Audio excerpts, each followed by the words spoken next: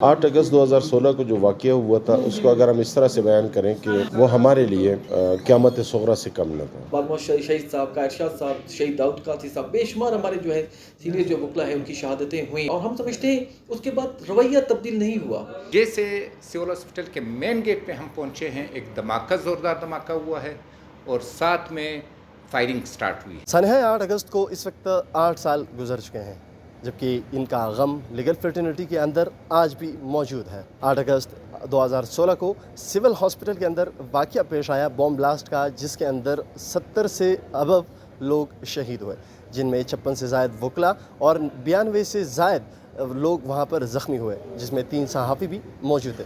ये वाक़या तब पेश आया जब बार एसोसिएशन के प्रेसिडेंट को कत्ल किया गया। 8 अगस्त को बिलाल अनवर कासी को शहीद किया गया, जिनकी मैयत सिविल हॉस्पिटल लाई गई, जहाँ पर इनकी लीगल फ्रेटर्निटी आई और ताज़ियत और एहतजाज करने के लिए। तब ये दिलखराश वाक़या पेश आया। बम डिस्पोजेबल स्क्वाड के मुताबिक बम धमाके में 8 किलोग्राम से ज़ायद का बारूदी मवाद इस्तेमाल किया गया। ये वाक़या लीगल फ्रेटर्निटी के अंदर कैसे हुआ? 8 अगस्त की वाक़ये की ज़िम्मेदारी कलतन तंजीम TTP ने कबूल की थी। ये वाक़या था क्या? आइए वकला की ज़ुबानी जानते हैं। कचहरी से जब निकले, जैसे सिविल हॉस्पिटल के मेन गेट पे हम पहुंचे हैं, एक धमाका, ज़ोरदार धमाका हुआ है और साथ में फायरिंग स्टार्ट हुई है। तो फिर उसके बाद जब हम वहाँ पे पहुँचे हैं तो हमारे जो साथी थे ज़ख्मी हालत में पड़े हुए थे। हमारे जो अभी इलेक्शन कमीशन के मेंबर है जतोई साहब, ये इन्होंने और दूसरे साथियों ने ज़ख्मियों को जो है उठाना शुरू किया। अक्सर शदीद ज़ख्मी थे, जो बाद में CMH में हमारी अक्सरियत वकला जो है वहाँ पे फौत हो गई। और उस सानिए में उसी टाइम जो है बिलाल शहीद का जब उन्होंने सुना तो सब वकला बरादरी हॉस्पिटल में जमा हो गए थे, इस वजह से उनको मौका मिला। इससे पहले भी ये कोशिश कर चुके थे, जो हमारे बैरिस्टर अमानुल्लाह साहब थे, उनको जब शहीद किया गया तो वकला इसी तरह, लेकिन डेड बॉडी जो थी वो सिविल हॉस्पिटल की बजाय BMC, तो वो उनका प्लान जो था वो उस बार नाकाम हुआ था। इस बार जो है ये प्लान उनका कामयाब हुआ। इसमें मौके पे जो है उस वक्त तकरीबन 70 अफराद जो है जाम हक हुए, जिसमें से 56 हमारे वकला भाई थे। इसमें हमारे सहाफ़ी बरादरी, चूँकि वो भी कवरेज के लिए आए हुए थे, उसमें से 2-3 हमारे सहाफ़ी हज़रात शहीद हुए हैं।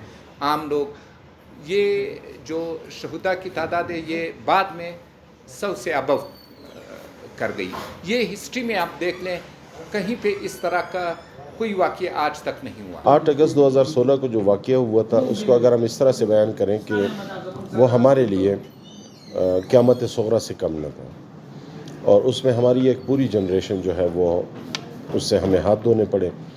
और उसकी जो खला है वो एक इतनी खला छोड़ के गए जिसको शायद हम काफ़ी अरसे के बाद भी कवर ना कर सके। उसकी वजह ये क्या है, हमारे यहाँ जब वकालत शुरू हुई और जिस वक्त ये वाक़या हुआ तो उस वक्त हमारी जो प्रैक्टिसिंग लॉयर्स थे वो तकरीबन 300 के करीब थे, और उसमें 56 वकला शहीद हुए। उससे पहले भी 2-3 वाक़यात हुए। एक हमारे बैरिस्टर साथ थे, बैरिस्टर अमानुल्लाह चिकज़ई, उनके साथ एक वाक़या हुआ, वो भी इसी का तसलसल था कि उस पर वकील जमा होंगे तो कुछ इस तरह का इवेंट होगा। उस पर नहीं हो सका। फिर हमारे एक अलवी साहब थे, उनके साथ तकरीबन 2-2:30 बजे वाक़या हुआ। उस पर भी वकला क्योंकि घर जा चुके थे और जमा नहीं हो सके, स्कूल टाइमिंग थी।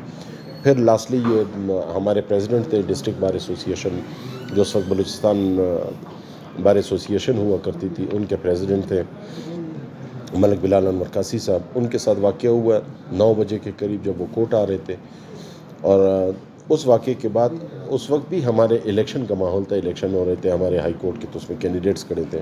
हमारे अक्सर साथी वहाँ हॉस्पिटल में जमा हुए, और ये एक ऐसा प्लांटेड वो था, वाक़या था कि जो मेरे ख़्याल में दुनिया की तारीख़ में प्रोफेशनल लोग इस बल्क में कभी भी न मारे गए हैं, ना उनको इतना नुकसान पहुँचा जितना हमें नुकसान पहुँचा था। ये ना सिर्फ मुल्की सतह पे या सूबाई सतह, बल्कि ये इंटरनेशनल लेवल पे अगर देखा जाए तो इस नोयत का वाक़या नहीं हुआ था। جہاں تک اس کے خلا کی پر کرنے کی بات ہے تو وہ شاید ہم کبھی بھی پر نہ کر سکیں. اس کی وجہ یہ ہے کہ ہمارا جو فیلڈ ہے اس کے اندر ہم وکالت سیکھتے ہیں سینئر سے, ایتھکس سیکھتے ہیں سینئر سے, عدالتوں میں کیسے پیروی کرنی ہے, کیسے پیش ہونا ہے, یہ تمام چیزیں جو ہے یہ ہم سینئر سے سیکھتے ہیں. اور اس میں ہمارا ایک پورا کا پورا جنریشن گیا اور وہ جنریشن گیپ آیا ہوا ہے اور اس کو ہم بڑی شدت سے محسوس کرتے ہیں کہ اس کو ہم اب تک فیل نہیں کر سکے 8 سال گزرنے کے باوجود. بلوچستان کے وکلا نے ہمیشہ جو ہے کردار ادا کیا پورے معاشرے کے لیے. پورے معاشرے میں بلوچستان کے وکلا نے اور ملک کے وکلا نے اور اسپیشلی بلوچستان کے وکلا نے ہمیشہ نمایاں کردار ادا کیا ہے, ہمیشہ قربانیاں دیتے آ رہے ہیں. اور اس ظلم جبر کے خلاف جو آواز بلوچستان کے وکلا نے اٹھائی اور شہید بہار محمد کاکڑ صاحب کی قیادت میں بہت سے ہمارے سینئر وکلا, قائد شہید صاحب جو ہیں بہار محمد شہید صاحب, قائد صاحب, شہید داؤد قادری صاحب, بے شمار ہمارے جو ہے سینئر جو وکلا ہے ان کی شہادتیں ہوئیں اور یہ تھے. اور ہم سمجھتے ہیں اس کے بعد رویہ تبدیل نہیں ہوا.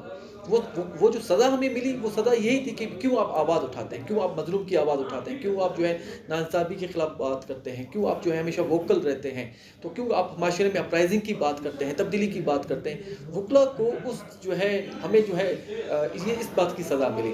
لیکن اس کے بعد بدقسمتی سے آپ دیکھیں کہ 8 سال گزر چکے ہیں, آج بھی وہی رویہ ہے, وہی حالات ہیں, وہی تناظر ہے. میں نہیں سمجھتا اس میں کوئی بہتری آئی. اگر دیکھیں اس پہ اگر جس نے بھی ذمہ داری قبول کی, جس تنظیم نے ذمہ داری قبول کی, لیکن ہوا کچھ بھی نہیں.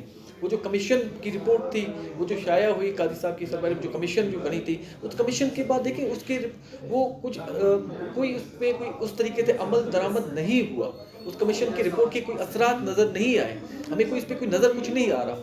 اب ٹھیک ہے جی, آپ نے کہا کہ جی ایک تنظیم ہے اس نے قبول کر دی اور ہم نے جا کر اس کے جو ہے بندے تھے وہ ہم نے مار دیے اور یہ سارا کچھ ہو گیا. ہم اس وکلا برادری ہم اس پہ یقین نہیں رکھتے ہیں. یہ جو ہے کمیشن کی رپورٹ کے بعد بالکل جس طریقے سے ہونا چاہیے تھا اس پہ عمل درآمد بھی نہیں ہوا. اور اس کے بعد اس کے جو اصل حقائق ہیں وہ بھی ابھی تک جو ہے وہ پس پردہ ہیں, وہ حقائق جو ہے وہ پبلک نہیں کیے گئے. آج بھی وکلا جو ہے اپنے آپ کو انسیکیور سمجھتے ہیں, بلوچستان کے وکلا اسپیشلی اپنے آپ کو انسیکیور سمجھتے ہیں. تحریک طالبان پاکستان جو تھی وہ صرف اور صرف انتشار پھیلانا چاہ رہی تھی, اور یہ انتشار ایک طریقے سے آ سکتا تھا چونکہ وکلا برادری باشعور برادری ہے, اور وہ ان کا یہ تھا کہ اگر ان پہ حملہ کیا جائے تو وہ ملک میں ہڑتالیں کریں گے, انتشار کریں گے. وکلا پروٹیکشن ایکٹ تو آیا بھی, پاس بھی ہوا, اس کے اندر کچھ مراحت اور کچھ پروٹیکشن بھی دی گئی. اصل میں پروٹیکشن وکلا ہو چاہے کوئی بھی ہو, وہ سوسائٹی کا حصہ ہے, اور سوسائٹی میں جب تک پروٹیکشن نہ ہو ایز اے ہول تو اس میں کوئی بھی پروٹیکٹ نہیں ہو سکتا. قوانین چاہے آپ جتنے بھی بنا لیں, اصل مسئلہ ان کے امپلیمنٹیشن کا ہے, اور امپلیمنٹیشن ہوتی ہے گڈ گورننس سے. اور گڈ گورننس کی حالت ہمارے ملک میں سب کو پتہ ہے کہ گڈ گورننس کی کیا حالت ہے.